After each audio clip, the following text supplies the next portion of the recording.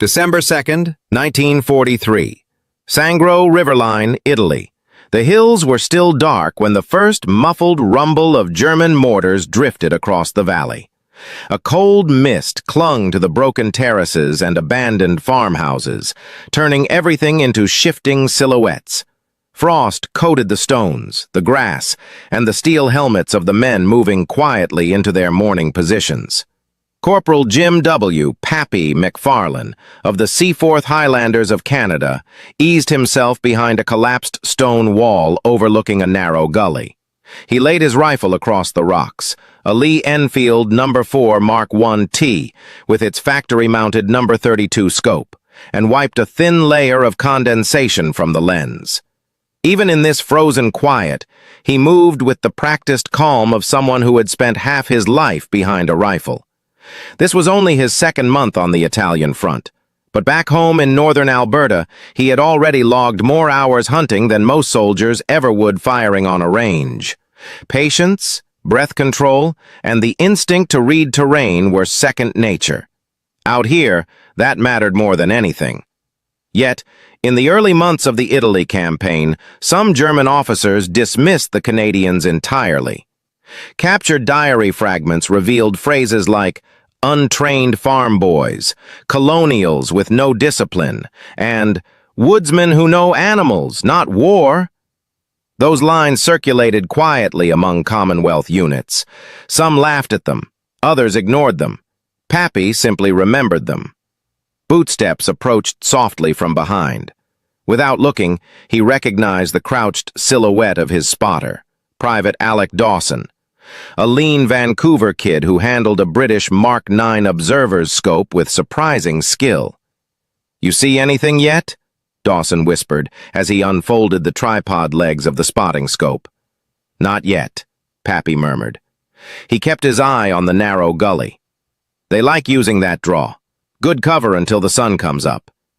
The mist thickened, swallowing the lower slopes.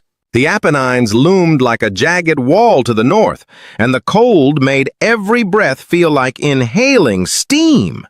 Dawn approached slowly, revealing the faint edges of shattered olive trees and ruined terraces. A faint creak sounded from the ridge. Wood under pressure. Someone stepping on debris. Both men went still. Dawson leaned into his scope. Movement. North ridge. 2, maybe 3 figures. See the olive tree? 200 yards left of it. Pappy moved the No. 32 reticle across the terrain, scanning the shapes emerging from the mist. The scope was notoriously finicky. Narrow field of view, no range markings. But when it was clear, it was precise. He found them.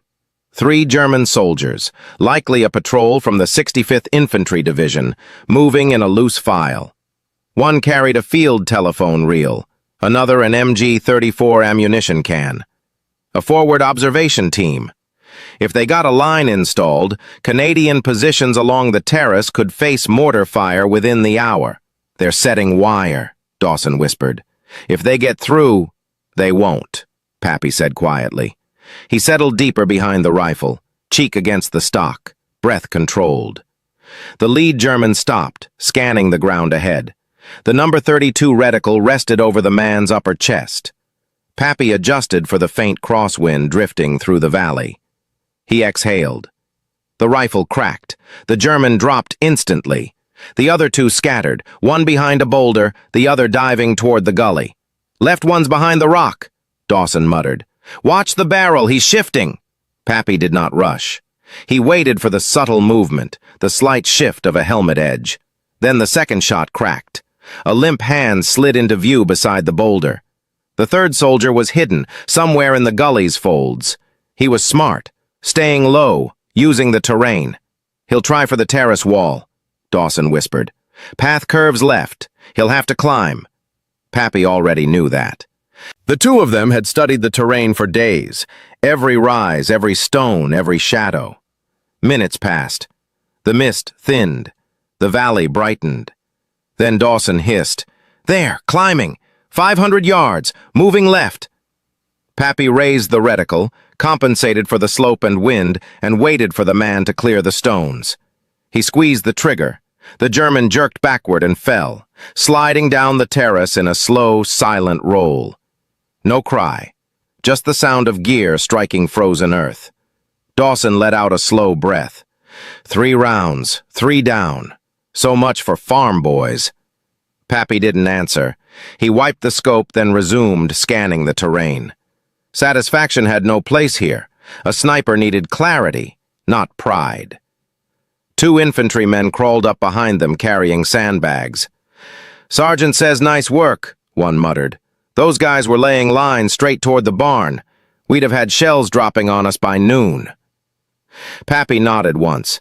The valley slowly revealed itself as the sun rose, terraces torn apart by artillery, mule paths carved into the mud, olive groves stripped and blackened. It was nothing like Alberta, yet something about the quiet felt familiar. The stillness before movement, the way sound carried, the way shadows betrayed more than light. Dawson stretched his shoulders. "Ever think about this?" he murmured. "A guy from Alberta deciding the outcome of a patrol halfway across the world?" Pappy didn't look up from the scope. "Back home," he said softly, "you learn to make the first shot count. Animal or man, it doesn't matter. You shoot clean, or someone suffers."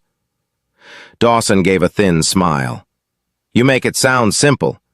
"It isn't simple," Pappy replied, "but it's the work."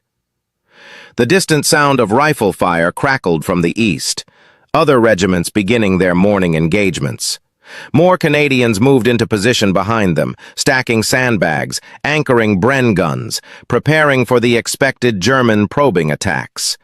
But Pappy focused only on the valley, on the ridge line, on the paths the Germans were most likely to use next.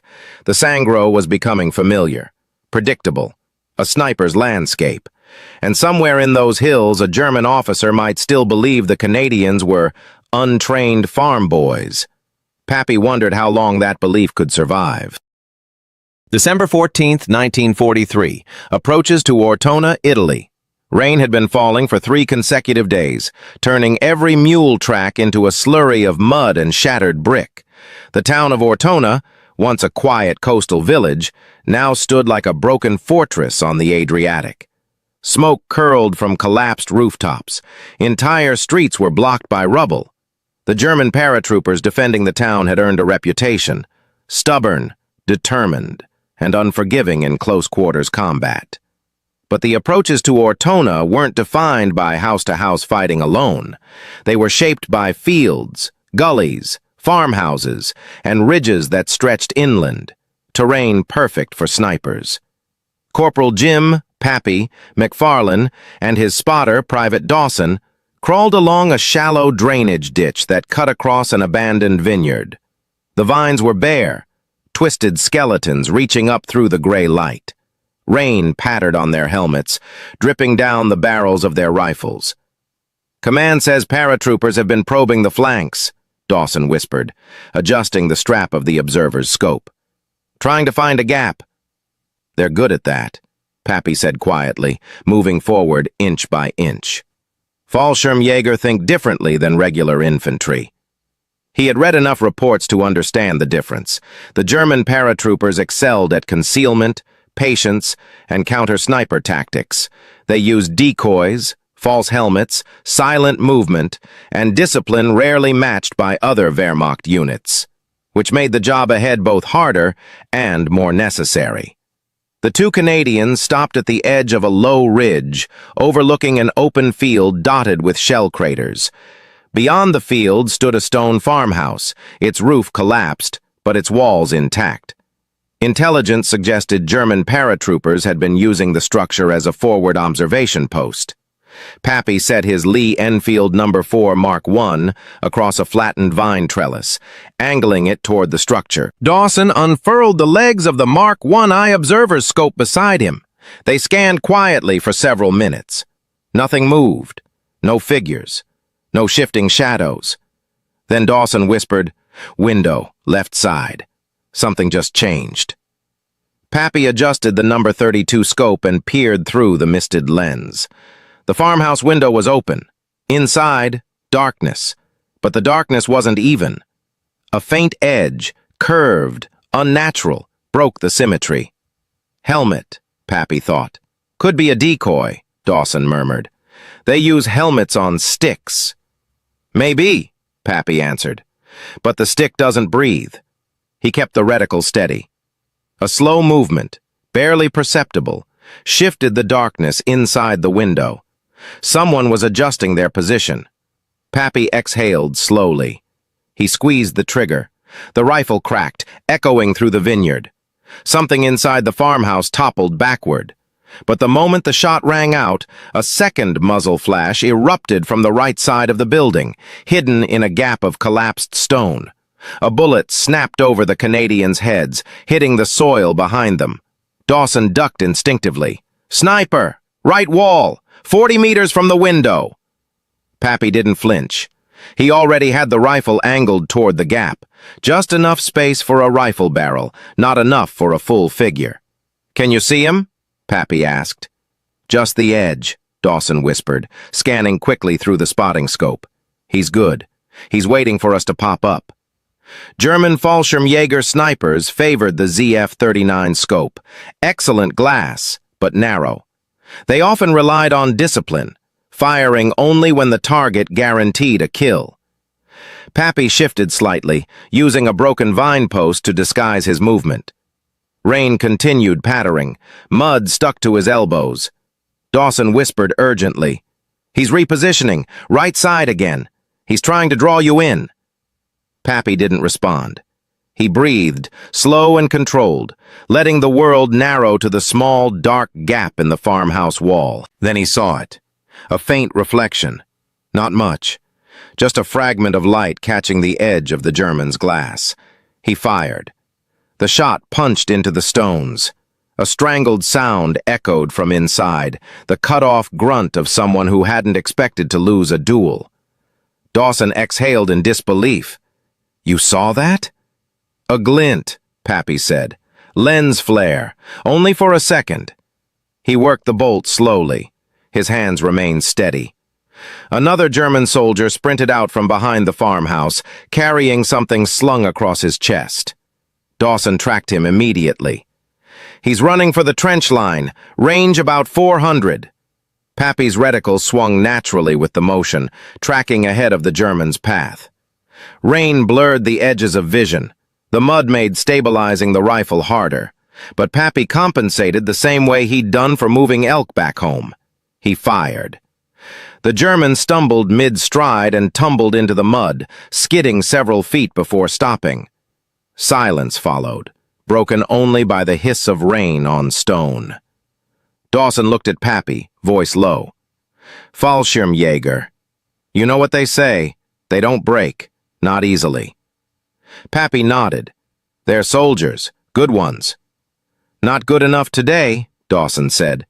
But Pappy didn't share in the satisfaction. He kept watching the terrain, watching the angles. The farmhouse remained still. The field remained empty. Stone walls glistened with rain. Gradually, the quiet returned. They held their position for another hour, making sure no more movement came from the German lines. The rain softened. The mist thickened again. The world shrank into muted gray. Finally, Dawson whispered, "We should pull back. Command will want confirmation."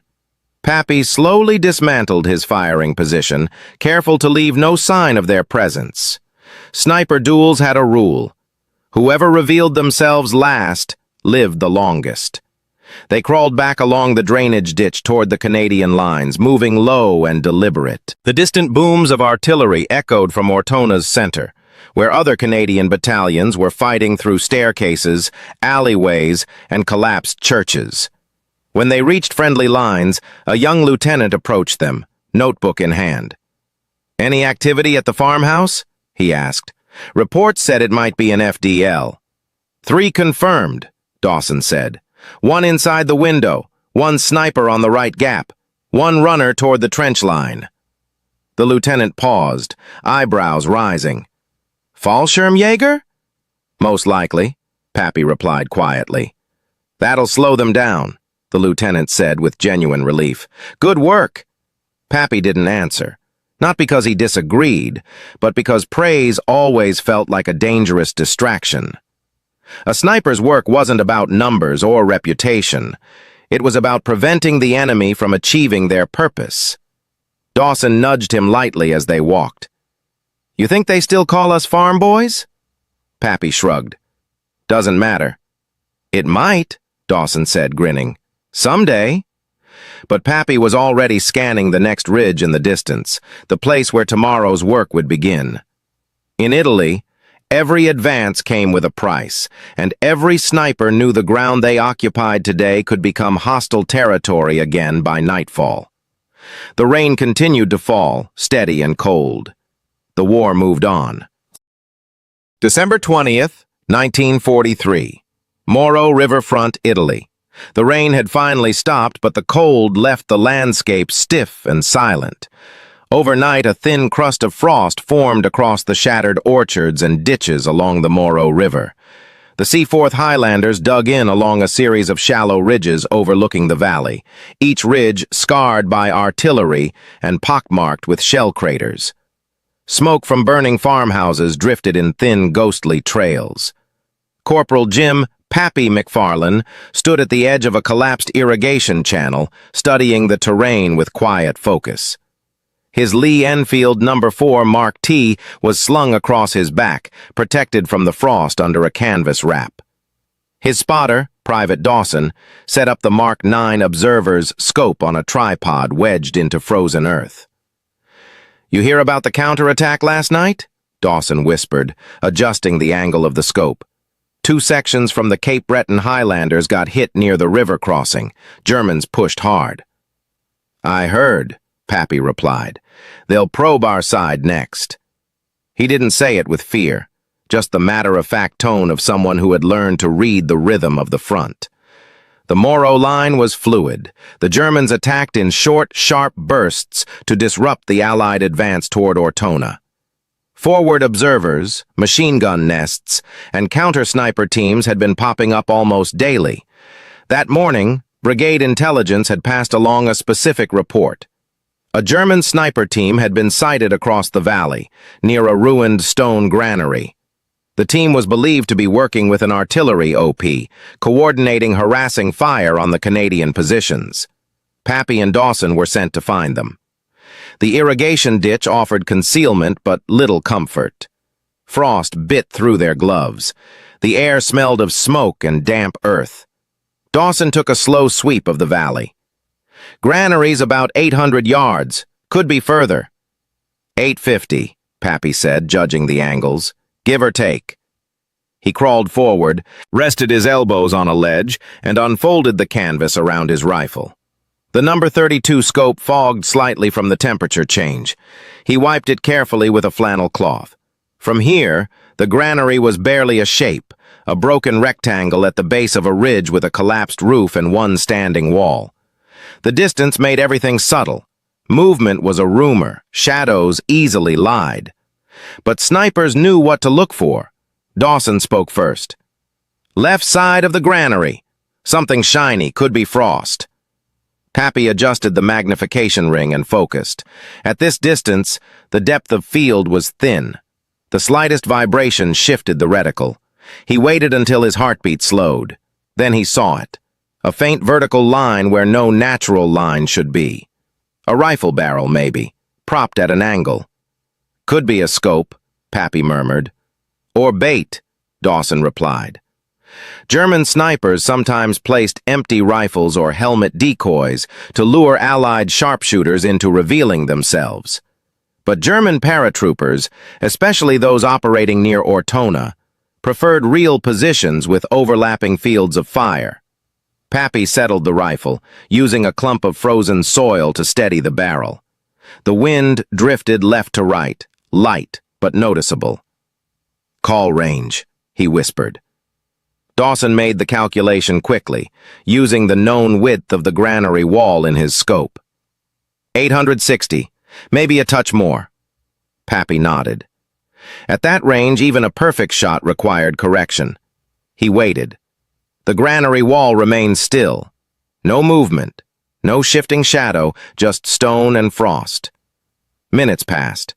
The frost began to melt where sunlight touched the ridge. A thin sheen of moisture formed on the granary stones. Then something changed. "Window, top right," Dawson whispered sharply. A flicker. Could be glass, could be an eye.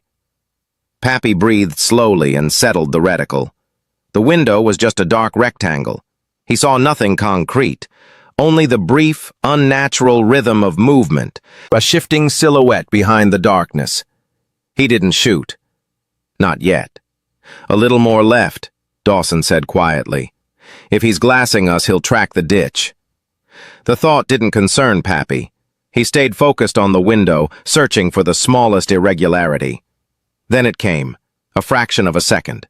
A glint, barely visible. Lens. He fired. The crack of the rifle rolled across the valley. It took nearly 3 seconds for the echo to fade. A dull thud followed, something falling inside the granary. Dawson didn't celebrate. He scanned quickly, shifting the scope from the window to the surrounding walls. No counterfire, no movement. "Not yet," Pappy said. German sniper teams rarely operated alone. Seconds later, a flash came from a lower hole in the granary wall. A bullet snapped into the ditch, spraying frost and dirt.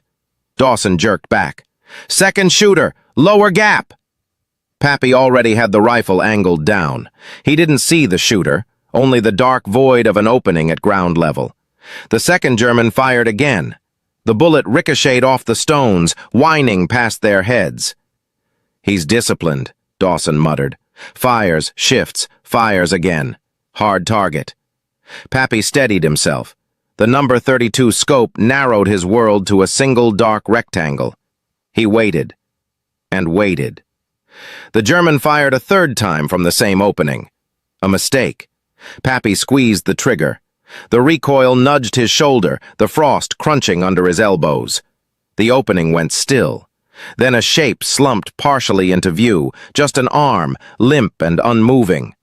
Dawson exhaled slowly. 2 shooters, both down. Pappy didn't respond. He scanned the terrain again, checking for movement on the ridge behind the granary. Nothing. After a full minute, Dawson whispered, "You know, they'll talk about this one. 860 yards. "It was necessary," Pappy said simply. "That wasn't luck," Dawson said. "No," Pappy admitted. "It wasn't." They held the position another hour, ensuring no other teams were concealed nearby. As the sun crept higher, the frost melted completely. The valley revealed quiet fields scarred by war. Finally, Dawson said, "Command'll want the report. Let's head back." Pappy rose slowly, slinging the rifle. His knees ached from the cold, his elbows were stiff, but his focus remained sharp. As they walked toward the Canadian lines, Dawson spoke in a low voice. "You think the Germans still call us farm boys?" Pappy studied the distant granary. "I think," he said quietly, "they've stopped laughing." July 10th, 1944, near Baron, outside Caen, Normandy. The Canadian lines were dug into the rolling wheat fields west of the village. Unlike Italy's narrow ridges and stone farm terraces, Normandy felt unsettlingly open. Flat stretches of farmland broken only by hedgerows, drainage ditches, and the occasional orchard. The early morning air carried the sweet smell of crushed wheat, mixed with the metallic tang of spent shells. Smoke from overnight artillery still hung low along the horizon. Corporal Jim Pappy McFarlane lay prone at the edge of an overgrown hedgerow, adjusting the sling on his Lee Enfield No. 4 Mark T. His spotter, Private Dawson, muddier, older-looking, and quieter after months of combat, lay beside him with the Mark 9 observer's scope tucked into a small cutout in the hedge.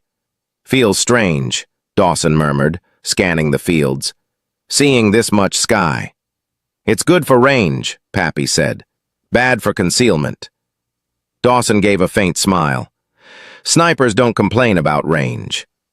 They had been deployed ahead of the Seaforth Highlanders line, tasked with interdicting German movements near Baron.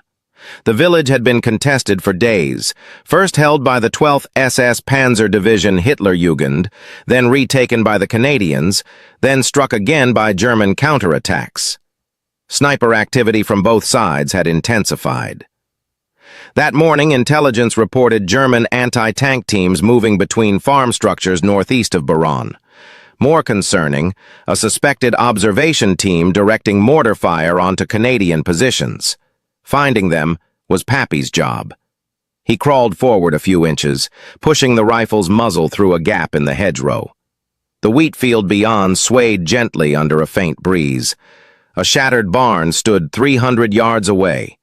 Past it, a cluster of stone farm buildings marked the outskirts of Buron. Dawson whispered, "Movement! Barn's right corner, just a shadow." Pappy steadied the scope. A figure slipped from one side of the barn to the other, quick, purposeful, partially crouched. The silhouette suggested a German carrying a tube launcher, likely a Panzerschreck. "Anti-tank team," Pappy said. "Could be more." He centered the reticle. Then he paused. The German was too disciplined, hugging the wall, never exposing more than a shoulder. Well-trained, likely Panzer Grenadiers. He waited for a clean moment. When the German leaned forward to signal someone inside the barn, Pappy fired. The figure collapsed immediately, his weapon clattering against the stones. Dawson was already scanning. "Second one, inside the barn. Back corner, movement in the window." Pappy swung the rifle slowly. The barn window was a rectangle of darkness, familiar and dangerous. He focused on the edges, stones chipped, wood splintered, dust drifting with each movement inside. Then he saw it. A faint silhouette, the curve of a helmet. He breathed out and fired. Dust burst outward, then a shape slumped sideways. Dawson spotted something else. Far right, by the hayrack. Someone's running. The German dashed across the open ground, heading toward a stone equipment shed. Range around 420 yards. He moved fast, zigzagging, keeping low. Pappy tracked him calmly, leading ahead just slightly. He fired. The German tumbled into the wheat, disappearing from sight. For a few seconds the field went still. "3 down," Dawson whispered. "They'll know someone's watching." "They always do," Pappy replied. Their real target hadn't yet appeared. The suspected German observation team. And if they were experienced, they would have stayed hidden while the anti-tank men exposed themselves. Dawson scanned again. "Shed's west side. I think I saw glass." Pappy adjusted quickly. A small crack in the wall, an observation slit, seemed to reflect a trace of light. The angle was unnatural. Lens or binoculars. "Range?" Pappy asked. 510. Winds left to right. Light." Pappy inhaled slowly, letting his heartbeat settle. The number 32 scope, though limited compared to German optics, still provided clarity at this distance. He held his breath at the natural pause. The reticle settled. He fired. The shed's slit went dark instantly. A second later, Dawson hissed, "Incoming! Right side north hedgerow! Another team!" Muzzle flashes blinked faintly from the far hedge line. A bullet cracked through the branches above them, cutting leaves that drifted onto Pappy's helmet. "Counter-sniper," Dawson muttered. Pappy didn't look up. His hands remained steady. "Angle?" Dawson checked the scope, breath controlled despite the tension. 800. Slight elevation. They're tucked deep. Pappy shifted the rifle, feeling the earth beneath his elbows. The far hedge was a jagged line of shadow and foliage, perfect concealment. He scanned slowly through the number 32 glass. Then he saw it. A patch of darkness slightly darker than the rest. Still, focused. The Germans hide. He waited for the telltale glint, scope edges catching light even briefly. It came. A fraction of a second, barely a shimmer. Pappy fired. A figure slumped forward out of the hedge, halfway visible, then slid into the grass. The counterfire stopped. Dawson exhaled shakily. That's remarkable, Pappy. That shot was... It needed to be made, Pappy said softly. Or we'd have lost men behind us. He scanned again, ensuring the threat was removed. For 12 long minutes, nothing moved. The wheat hissed quietly in the breeze. The distant rumble of tanks echoed from the direction of Authie. Then Dawson spoke. "I don't think they're calling us farmboys anymore." Pappy didn't answer immediately. He kept watching the ridge, the hedgerows, the broken farms. Finally, he said, "They're adjusting. That means we have to, too." The morning air thickened with heat. The wheat shifted like a golden sea. Somewhere behind them, officers were already planning afternoon movements. But Pappy stayed focused on the distance, on the next likely approach, on the next shadow that might move against the grain. Normandy was different from Italy. Open, deceptive, deadly in a new way. But the fundamentals remained unchanged. Find the threat. Stay unseen. Work quietly. Do what prevents the enemy from doing worse. For now, the fields ahead were still, but Pappy knew stillness was only the space between problems. October 28, 1944, South Beveland, Scheldt Estuary, Netherlands. Cold winds swept across the flat Dutch fields, carrying with it the brackish smell of seawater from the flooded polders. Unlike the broken villages of Italy or the golden fields of Normandy, the landscape here was harsh in a different way, wide, wet, and unforgiving. Canals cut across the terrain like scars. Mud sucked at boots. Fog rolled in low bands, sometimes thick enough to hide an entire company. Corporal Jim Pappy McFarlane lowered himself onto a dike, the earth beneath him slick with water. His Lee Enfield No. 4 Mark T rested atop his pack.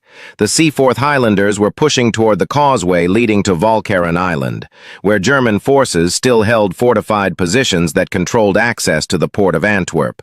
Snipers were essential here, not for dramatic long-range duels, but for quiet, patient work in a landscape where every movement was visible against the horizon. Dawson crouched beside him, setting up the Mark 9 observer's scope with slow, careful movements. Both men's uniforms were damp from wading through the flooded polder earlier that morning. "This place feels empty," Dawson whispered. "Not empty," Pappy murmured. "Just waiting." He scanned the distant tree line. Water reflected the gray sky, turning puddles into mirrors. The only sounds were the faint rustle of wind through the reeds and distant gunfire from the north, where the Black Watch and Calgary Highlanders were fighting through South Beveland's narrow roads. Canadian patrols had reported German sharpshooters operating from a cluster of farm ruins near a canal bridge, a natural choke point for anyone approaching the causeway. Finding them would be difficult. Shooting them would be harder. Dawson raised the scope. Bridge is about 900 yards. Hard to make out detail. Fog's drifting in again. Pappy didn't mind the fog. It slowed the world to the pace he preferred. He unfolded the canvas wrap around his rifle, wiped dew from the No. 32 scope, and settled behind the dike. "There," Dawson said softly. "Left side of the bridge. Movement. Could be two figures." Pappy found the outline quickly. A broken farmhouse half submerged in floodwater. What had once been a brick wall now stood at an angle, barely intact. Something shifted behind it, but only enough to break the rhythm of stillness. "Sniper hide," Pappy said. "Range 905, Dawson confirmed. "Wind steady." Pappy adjusted the scope. At that distance, even a small miscalculation could send a shot into the water, but the fundamentals were unchanged. He waited. The figure moved again. A rifle barrel easing forward, angled down the bridge, waiting for Canadians who might be scouting the area. Pappy exhaled. He fired. The shot cracked through the cold air, echoing across the water. A second later, the figure behind the wall collapsed sideways, disappearing from view. But even before the echo faded, a muzzle flash flickered from the right side of the ruins. A bullet snapped across the dike, kicking dirt into Dawson's sleeve. "Second sniper," Dawson said, voice tight but steady. Pappy didn't duck. Instead, he shifted, using the slope of the dike to obscure his movement. "What angle?" he asked. "Low opening, ground level. He's firing from a stable foundation. Smart. Pappy eased the reticle toward the right side of the ruin. The opening was barely visible, a dark slit half submerged in floodwater. The German fired again. Mud erupted near their boots. Pappy stayed still. Dawson whispered, "He's adjusting based on your muzzle flash. He knows roughly where we are." "Then we stay ahead of him." Pappy steadied his breathing. The opening was small, irregular. The shot would require near-perfect alignment. He waited for the faintest cue. It came, a shimmer of glass, distorted by moisture. Lens. Pappy fired. The recoil nudged his shoulder. The opening went still. Dawson checked the sight line. "No movement. I think that was clean." Pappy didn't answer. He was already shifting the scope, scanning the surrounding reeds. A new movement caught Dawson's eye. "Near the hay bales. Someone's pulling back." Pappy found the figure, a German officer judging by the peaked cap silhouette, scrambling toward a drainage ditch with a map case over his shoulder. Range about 600 yards. He wasn't a sniper. He wasn't armed. But he was an observer, likely coordinating artillery on the Canadian approach. Pappy's reticle hovered over him. Dawson whispered, "Your call." Pappy exhaled slowly. Back home in Alberta, he had learned the difference between necessity and cruelty.